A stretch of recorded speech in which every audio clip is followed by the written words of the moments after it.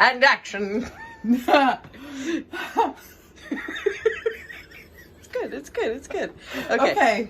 Number one, Rick's always been an adventurous eater, and he could cut mushrooms at 3 years old. I think his favorite dish so far has been the squid ink pasta that he made from scratch. Ooh, with scallops and asparagus, and so nice. And why I think he'll win is because he perseveres to be the best at everything. Why do you think Rick will be the next MasterChef? Because his level of perseverance is far greater than most. Fair enough. Hi, my name is Alana, and I think Rick should win MasterChef because he is so passionate about his cooking and he is so creative with the ingredients that he uses and the recipes that he makes. I hope you win, Rick. Rich Lopez would be a great addition to MasterChef because he is a guy who's not afraid to take risks or think outside the box. Who else is gonna spend 2 days recreating boardwalk French fries? I think Rick should win MasterChef because the world needs to know how passionate and creative he is with his cooking. He really stands out from the rest. Go. Hi, I'm Matt. I'm Rick's brother-in-law, and I think he should win MasterChef because despite him being an insufferable dumbass, he is still one of the best cooks I know and has a heart of gold. You have to chill the fuck out. You're a camera shy person, but I'm teaching you how to open up to the camera and stop. Just chill, okay? Are you ready? Take a deep breath in. 2, 1. All right, let's get started. All right, so the story behind this dish is that I really like to make duck, and I've learned to do it during the pandemic. But one of the other things is that that's really cool to me is you can plate in so many different colors. So here we're gonna have a plate with greens and purples and browns, and basically the plate's gonna be the canvas. So right now I'm gonna start with cutting the potatoes up. And like this.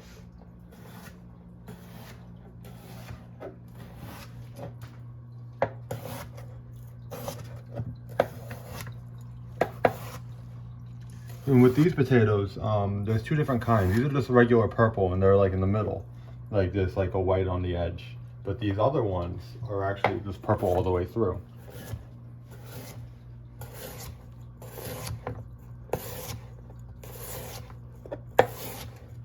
Okay.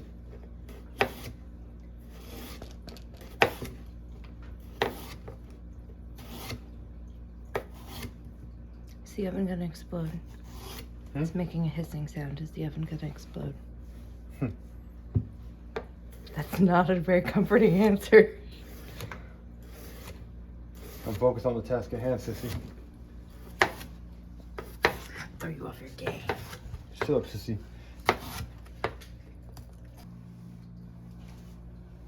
Now I have to wait for this thing to go up to 400 degrees. Alright, in the meantime... So what happens now? Fire!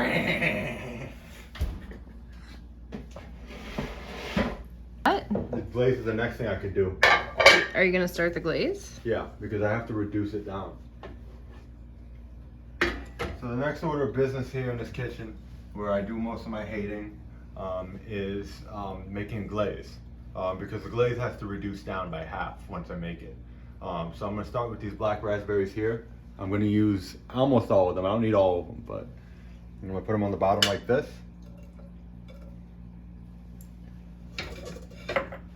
Can I have the rest? If you're nice to me. Never. And then I'm gonna get some of this raw honey, which I got from a trip from Delaware. Typically I like to use fresh honey whenever I make stuff like this. And I'm going to put a lot of it on the bottom, like so. To the bottom of the pan. Okay, I need you to say that whole thing over again. So the next order of business is to get some water. I just put the water in it to prevent it from sticking all to the bottom of the pan because it's really sweet stuff I'm working with. So now see the application of fire. Yep. And you're just gonna put this in. And then the next thing, I'm just gonna add the cardamom, which I have here. What is cardamom? Cardamom is basically, I don't know, it just smells really good and makes food taste good. It's better than cinnamon. Maybe it's a seed. Anyway.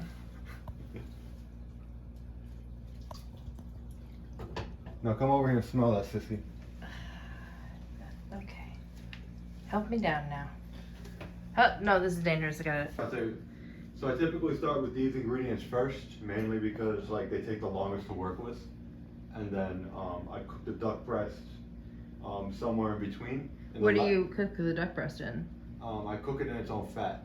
But like what utensils? Like what? So I'm going to use this cast iron skillet and these tongs.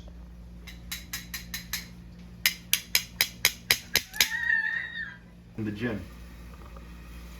Get it nice and drunk.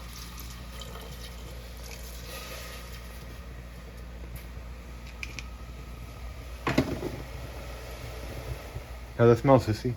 I didn't really smell it, but here. Ooh, that changed the cardamom. Yeah. I know a thing or two about it. I'm putting this in the box of fire. Oh, okay. These are going box fire. You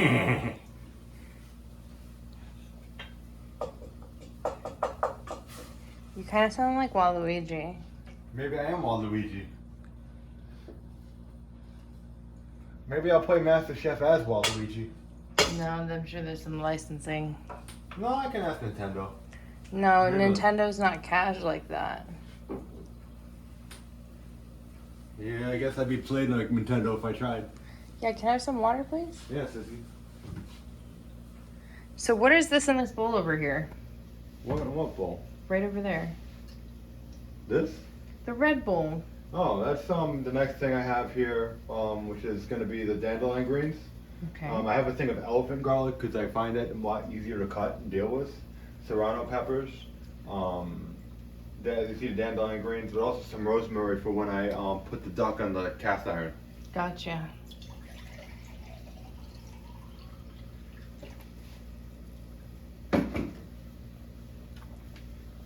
Alright, so this glaze is done. It's actually has reduced down by about half, but I'm just going to let it steam out so I don't need any more heat. And it smells exactly like raspberry candy. Smell that. Just going to leave it right here. So now, my next order of business is I'm going to actually put the duck breast on here. But when I put the duck breast on, before I turn the heat on, it's going to have to be on cold because otherwise this fat will splatter everywhere because duck is pretty fatty. But you know, I'm just going to take it and I'm just going to put it on like this, and I'm going to then turn the heat on and let that warm up. And once I start to hear a sizzle, then it's going to be on for about maybe 7 or 8 minutes, and then I flip it over to the other side for about 3 or 4. So this is only going to take about 10 minutes to cook.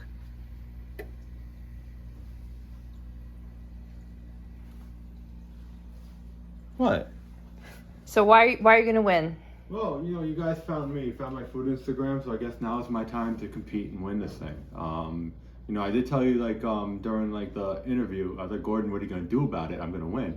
You going to do something about it? So here I am about to get started. Sounds like you want to give Gordon a hard time. Like why? What's going on there? It's not personal, it's just my quiet competitiveness. That's all there is to it, there's nothing more. I think it's sizzling. That means you got about 7 minutes. Hear the sizzle. You hear the sizzle. You like that? It sounds pretty good. I can get my face out of here before I get burned. Yeah. So why are you gonna win MasterChef? Because I believe in myself and I'm going to do it. Now's my time. You know, I figured now's the time for me to win. That's all there is to it. I don't really think anything of it. It's just, I'm just going to do it and I'm going to do it now. What does it mean to be a food supervillain? I just like to root for the bad guys in every movie, so I just, I want to get big in food so I can just become the next bad guy. You know, like the bad guy in Ratatouille who was just a critic or something. I want to be the chef equivalent of that. You know, Because there's too many good guys out there in food. When you say you're the enemy of unseasoned food, like what does that mean? Look how much seasoning is on this duck breast right here. That is not going to be bland.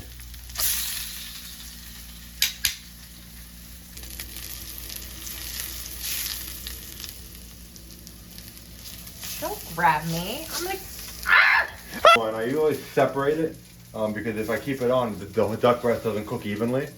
So I kind of cook it off to the side, and I'll cook it separately and then like put it in the glaze first just to see how the end result is. So it's like I'm sampling my own food as I'm cooking it, which I think is pretty smart. Wouldn't you do that?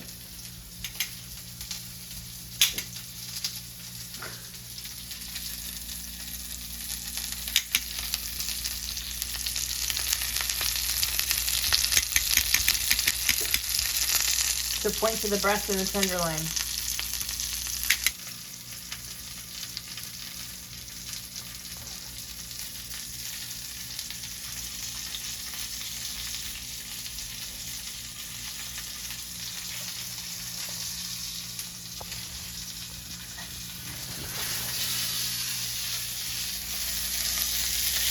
Look at that color.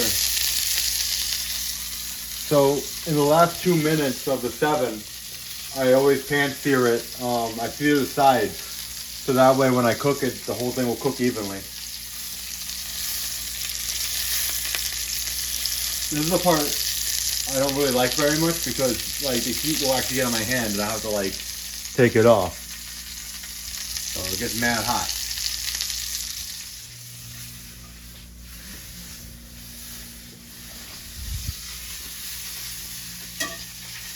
Hold this.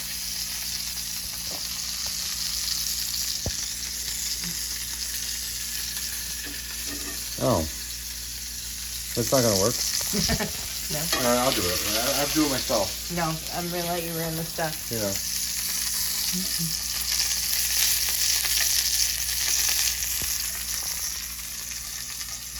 Yeah. This is what I'm about to do. Look. Oops.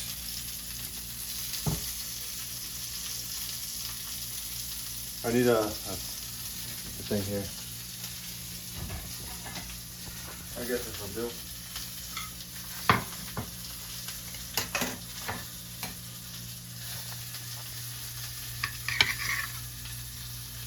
Sissy, taste that. Cheers. Cheers.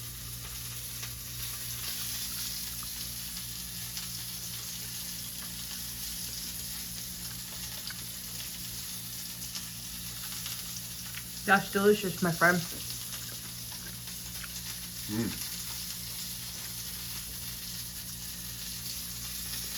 Tastes what's yet to come. Almost as good as I could make. Whatever, Sissy. No, you knocked it out of the park. That's really good. So I look at the potatoes, and they look pretty good. They're gonna be done in about maybe 10 minutes or so. And now I'm gonna pull this off. And this has to rest for that time period.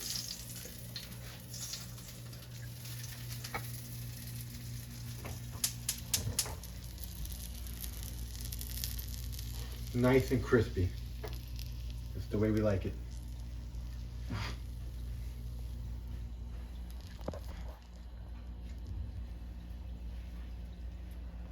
Alright, now I need to move this. This actually I don't need anymore. Head.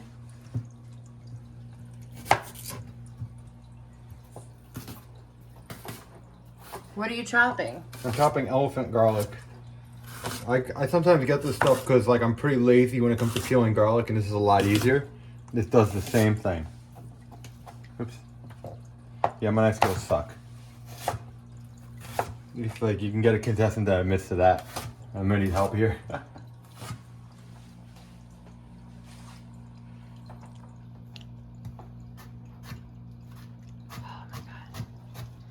You're gonna give me a heart attack. Leave me alone. Please stop putting your fingers in front of the blade. Please stop putting your piggies in front of the blade. There you go. Keep your thumb up.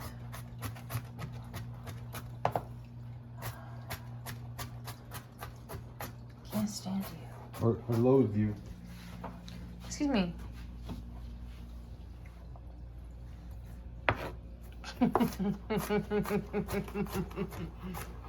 What's your evil supervillain laugh?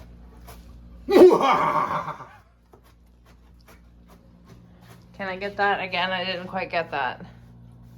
Your evil supervillain laugh?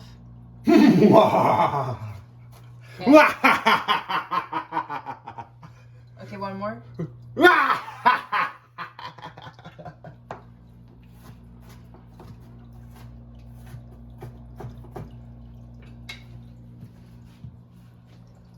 No, this knife sucks.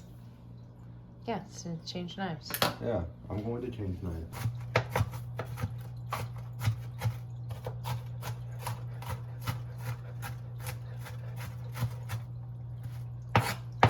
Where did I put the serranos? Over here.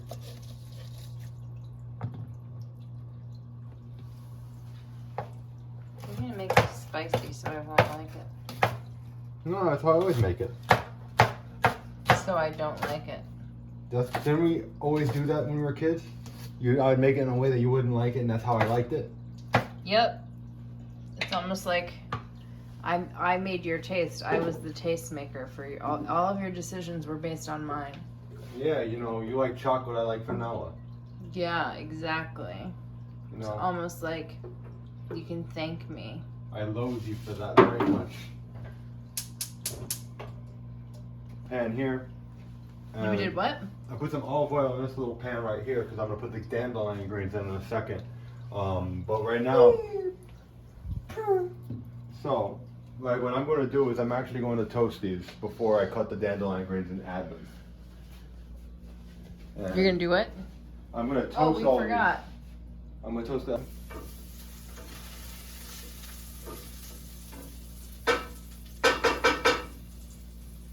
Okay, so what are you gonna do next? I'm going to I'm gonna throw the serranos in here. Huh? I just threw the serranos in here. Take a look. Add a little bit of heat. To the spiciness. And I'm like, this is what I normally have in my kitchen. I'm sorry, but this is like... And she's like, why are you making it so spicy? And I'm like, this is what I do.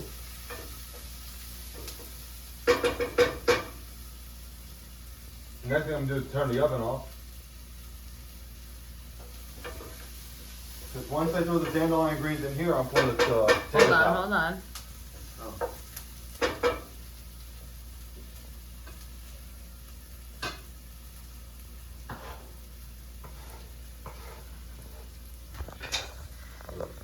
Don't film this part. Don't film which part. What I'm about to do. I'm gonna throw this out because I don't know anywhere else to put it. What? The leftovers.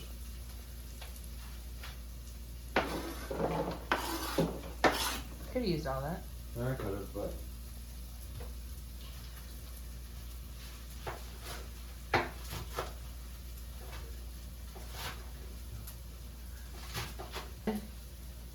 Competition? You're my enemy. That's all I gotta say. We're enemies now. I won't be mean to you, but you better stay out of my way and I stay out of yours. Capiche? What do you say all the haters out there in the haters' kitchen?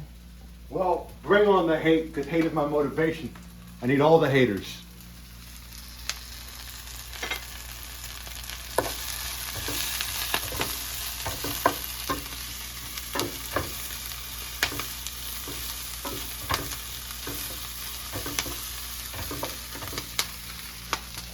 What about your greatest hater of all time?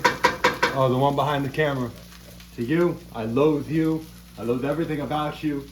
And I hope all the worst things in life happen to you and nobody else but you. Nah, but you, sissy. You my sister.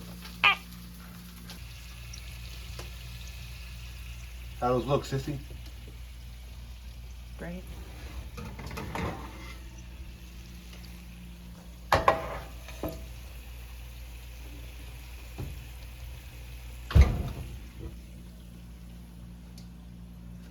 What did I just do? I just cooked. I didn't do anything else. You look at me like I did something.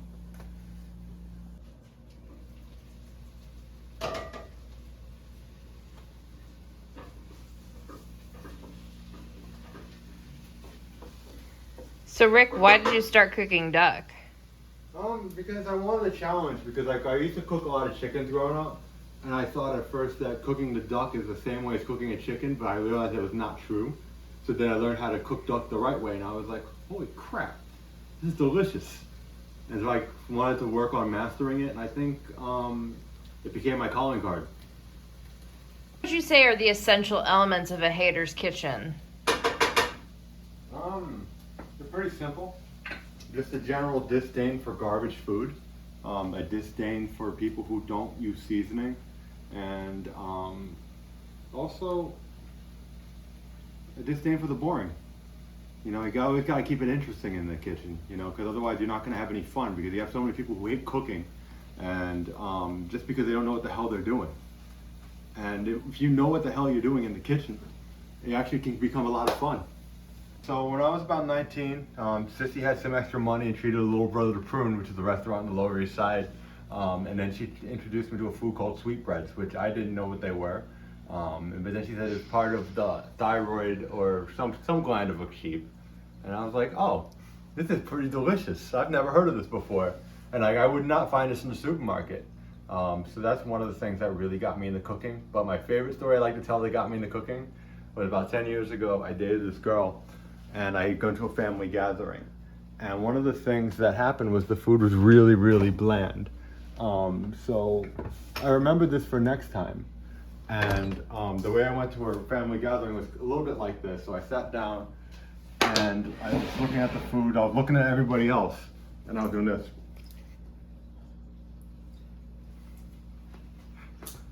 What is that in your pocket? Hot sauce. Unbelievable. All right, so when we were growing up, there was a coconut chicken sandwich from a very nice guy who like ran a deli or like a little small cafe. It was a coconut crusted chicken sandwich with a sriracha mayo and watercress on a brioche bun. And one of the things that we were very upset about is that he got priced out because of gentrification, which was another reason why I hate gentrification, because all the good people get priced out. So like we asked him like, how do you make this? So he just told us like the basics on how to make it. He didn't write it down. So then me and my sister spent a couple of years trying to recreate that dish. So, but it closed when I was about 14. By the time we were about 16 and 17, we were able to get it. So that was one of the things that really got me inspired in cooking, because it got me to basically, you know, just think outside the box, but also to replicate things that you enjoyed. All right, so I'm about to start plating here. So what I'm gonna do, just for effect, is I'm gonna alternate the potatoes with the white line around them with the ones that are just purple all the way through, like so. Do you think that plating gives you an edge? It gives me a bit of an edge because I look at it more like a canvas. This is like art for me.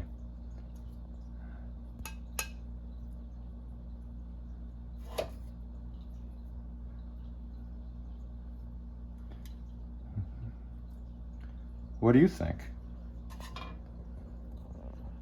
What do you think? Does it give me an advantage? I guess I'd say so. Yeah, we'll see. Yeah, stop hating. You're hating already. You making a wreath? Yeah. This is what comes to mind. I actually didn't think about this. This is just me making stuff up. It's my canvas, like as Bob Ross would say. It's your world. You can put whatever you want into your world. How's that potato, Sissy? Oh, Sissy eating another potato. I won't.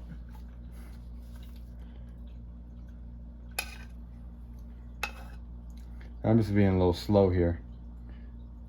Okay. So you see now we got the wreath?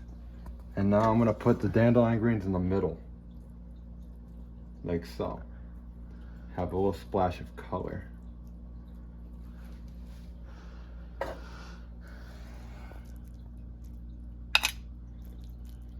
And now for the main event.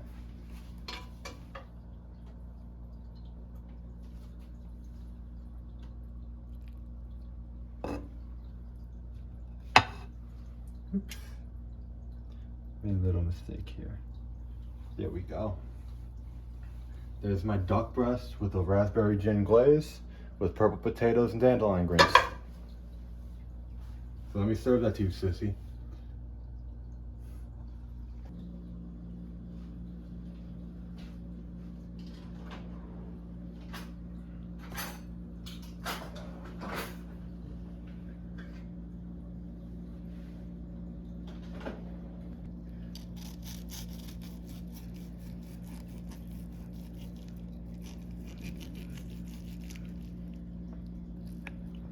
Look at that. That little piece of perfection right there. That's what I'm good at. Mad good.